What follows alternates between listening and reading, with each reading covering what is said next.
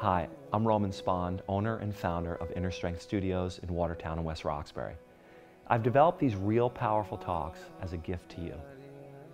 How many times after one of our classes have you felt centered, grounded, really great, just to have it all go to pieces the next day when we enter back into those patterns of life, of stress, of work?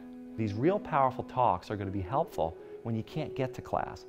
But you know that by just simply breathing, it'll help to get you over the edge of the challenge that you're currently experiencing. So many of you have expressed how the practice of yoga has changed and shifted the quality of life for the positive.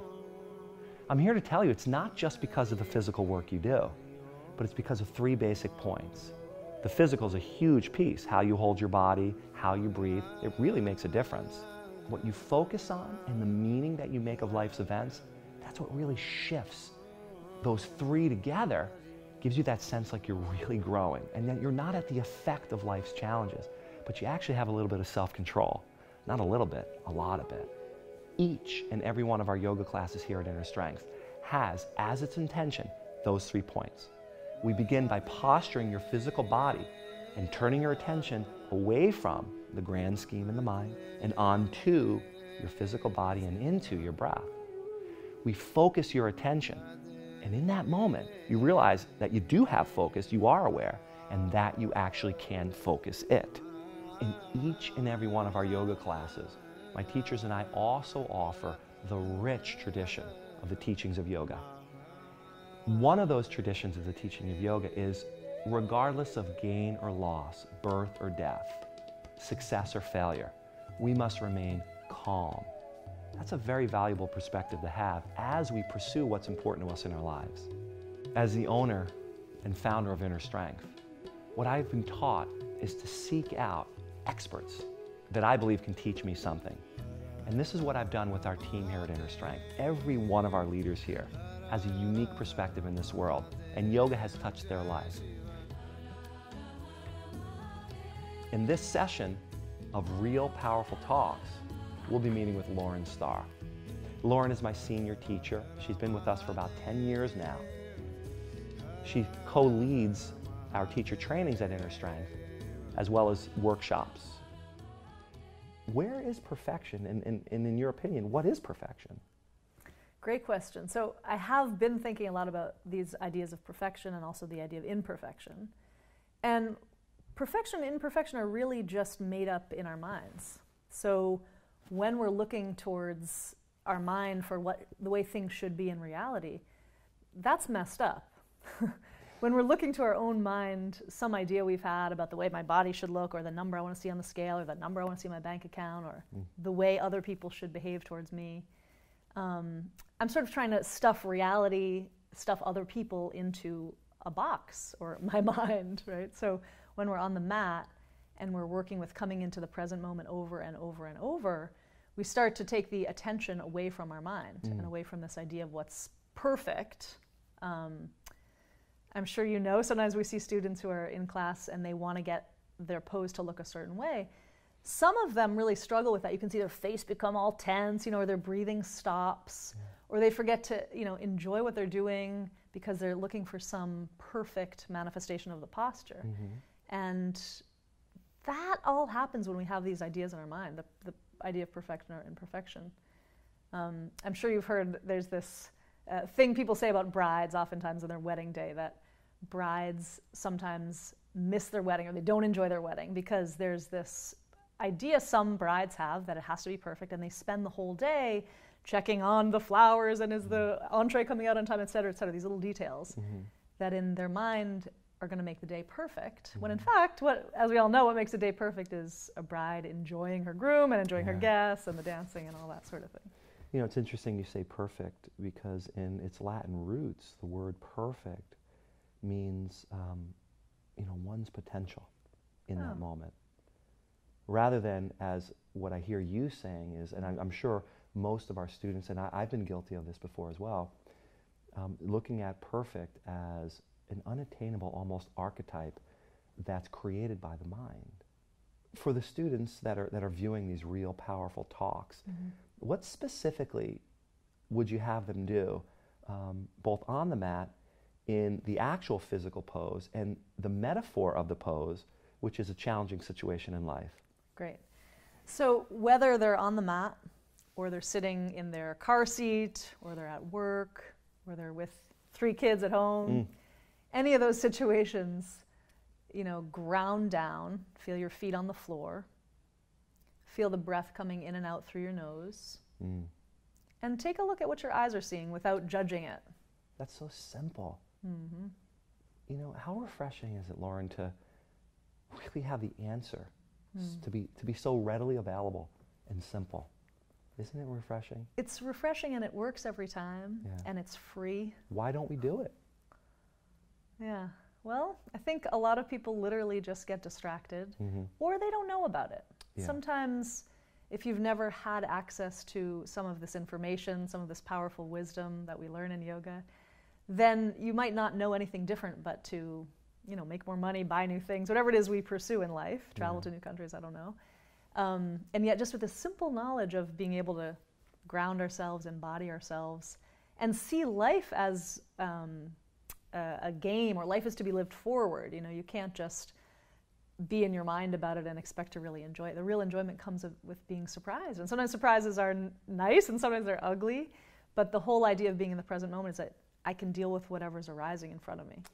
If you were to offer the viewers a couple insights as to how what they're doing on the yoga mat will aid them in developing this perspective, what would it be?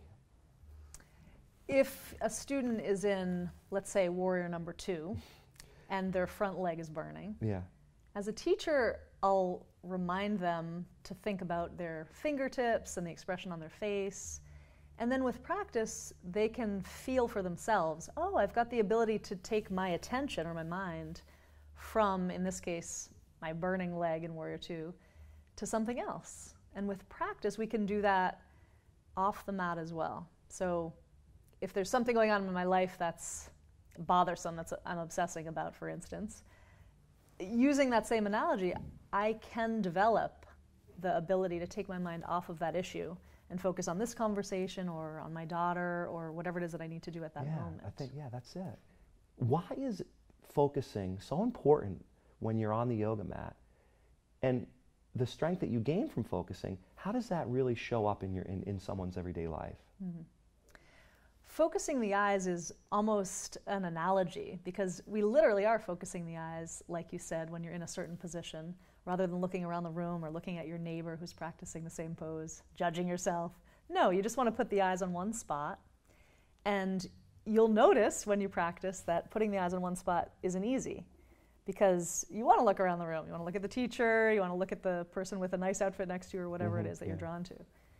But basically, it's discipline. You're disciplining yourself. You're making a choice over and over, moment to moment, to keep the eyes there, keep the eyes there, keep the eyes there, and not look around. And that is a very small step to a much bigger outcome, which is keeping your eyes and your energy and your attention on that which you say is important in your life. It's easy to say, I want to achieve X, Y, or Z in my life. It's not always easy to achieve those things unless we have the power of the mind and the ability to literally discipline our mind and focus it in the same way that we focus our eyes during class. So to keep your eyes on the prize. Focusing on what's important to you rather than being distracted by the things that really don't matter in life. And the truth is we all get distracted, but with yoga practice, we shorten and shorten and shorten the time between being distracted and coming back to our focus. We call that the lag time. Let's close the gap. That's important. Because after all, Lauren, as you teach in your classes, the moment is really all we get. There's no guarantee to the future. So in the moment, when you can close that gap, as you put it, I think it brings us back to that focus sooner than later. And that, when we can do that time and time again, it seems like there'll be a quality of life shift. So, we go through all these physical postures on the yoga mat. We go up, we go down, we turn right, we turn left. Most people are actually sedentary. They're sitting in a car for multiple hours to and fro, or a train or a bus, and they're sitting in a computer chair for most of their day. I mean, they might get up and go to the bathroom and get water, but when you think about how much time they're actually sitting in a chair, it far outweighs their mobility time. Why is moving your body in this way important to a person who doesn't even use their body? The reason it's so important to move the body is because who we are is essentially a physical body, and we're a mind that thinks and plans, and we're something else. We can call it a focus. And when we come in and work the physical body, those three things are all connected to one another. So you really can't excel in life without working all three of those things. Now, the physical body is the entrance to understanding the mind in the practice of yoga. And when we're working the left foot forward and the right foot back, and we're stretching a little more every time we come in, we're really opening up physiologically. We're opening up the breath, we're opening up the mind, and as we've been talking about, we're opening up our own ability to direct ourselves through life, to direct ourselves through every pose, one by one, through the whole sequence of the class, and then through all of the obstacles that we encounter during the day. It's your responsibility, and it's to take action. That's what you should do. It's in front of you for a reason. You know, Lauren, I've been coming to your classes for many years, and one of the poses that really kind of challenges my composure is one you do all the time, and that's revolving triangle. For a student who's watching these real powerful talks, could you talk to the revolving triangle and maybe help them make some distinctions and some discoveries on some of the finer points of the pose? I know you always talk about starting with the foundation. Why don't you lead us through it from there? Sure. So in twisting triangle, you place your feet like you do in most of the warriors. So if you're on your right foot, you got your right foot forward, your left foot stepped back. You keep both legs straight. And then I like to bring my hands to my hips, just to make sure that my hips are fairly square. And then fold forward over that straight front leg. And again, make sure that the hips are squaring. And from here, depending on your level of practice, you can put your left hand down. So the left hand's going to go next to that front foot, that right foot. Or if you've got more practice under your belt, you could put that hand on the outside of the right foot. Now, you want to keep the foundation as firm as you can. So the feet, of course, are the main part of the foundation. Once your hand's on the floor, you've got another leg of the foundation. So all 3 points are going to press firmly into the floor. You engage the core, you engage your legs real strong, and then you start to open up. The right arm comes to the sky. The posture is easy to become wobbly, and it really requires that we're completely present. As you twist the right arm open, you're always referencing the floor, always staying stable, strong legs.